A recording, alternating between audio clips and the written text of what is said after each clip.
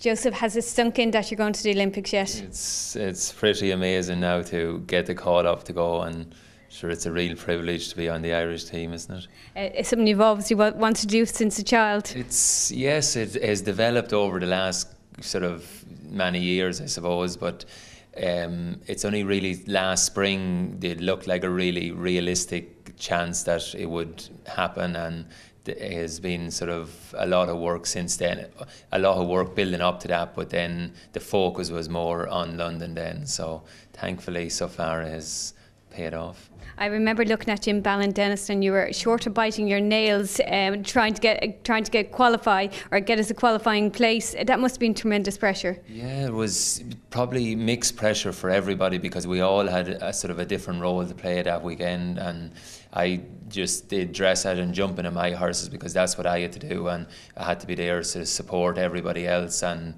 sort of help them out. So there was probably more pressure on some other people than me, but again, it's all a team effort, and between us all we've made the difference, I think. And there is a great support network between the riders. I mean, as you said, they all had their roles, they all knew their roles, and surely that will stand to you now in London. Yeah, I think we have an amazing bunch of riders going to London. We probably the strongest team we've had in a long time. We're all get on very well together. It's a great combination, and also we have the outside support of our owners. I have Noel Good and Ned O'Callaghan and my fiancée Jill, who helps me in the yard, also with Jenny and Lisa, who look after the horse. So we all have a huge support network. And again, from the high performance of HSI, you know, we don't want for anything, so it's up to us now to put up a good performance. And of course, Joseph, on the team, you were the only rider that has done the Olympic test at Greenwich. Yeah. So you have a little bit of an upper hand. You know what the ground is going to be like. Yeah, I'd say it's a real benefit to have been there, and I've tried to sort of bring back as much sort of information as I could. It's going, in my opinion, it's going to be very much based on the cross country. It's very tricky and hilly, and the terrain is difficult. So it's going to be a big test on cross country day. And there's 2 show jumping rounds. That's the format of the Olympics now. So it's very important to have a jumping horse there. And then the dressage is, of course, if you want to be in touch, we all need to do our personal best, and I think that's on the cards now. And of course, you came out quite well at Greenwich. Yeah, my horse was one of 3 to jump double clear, and he finished 8th. That sort of riding suits my style. I think, you know, I'm really looking forward to it, you know, and my horse is easy to ride and is not complicated. So definitely, I'm really looking forward to it now. And of course, behind the scenes, somebody has to care for the horse, and you have a good team behind you. Well, I have a fantastic team. I wouldn't be here without my owners, and Jill, my fiancée, who's amazing, and Lisa and Jenny.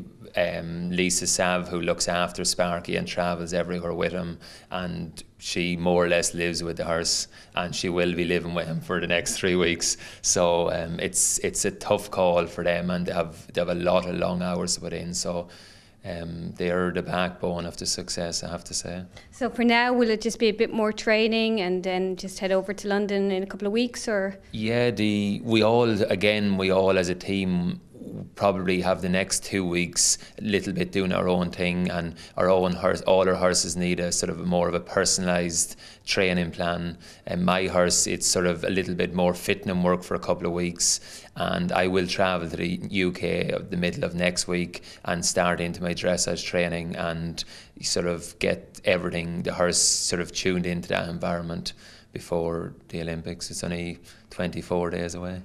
You're counting the days. Yeah, it's every day means a lot now. It's, you know, it's very close, and with horses, you know, you have to work that in that way. So and there's very strong teams going. What do you think, or who do you think is the biggest threat? Probably I quite fancy the Americans, actually, because for me they have sort of gradually built up the momentum.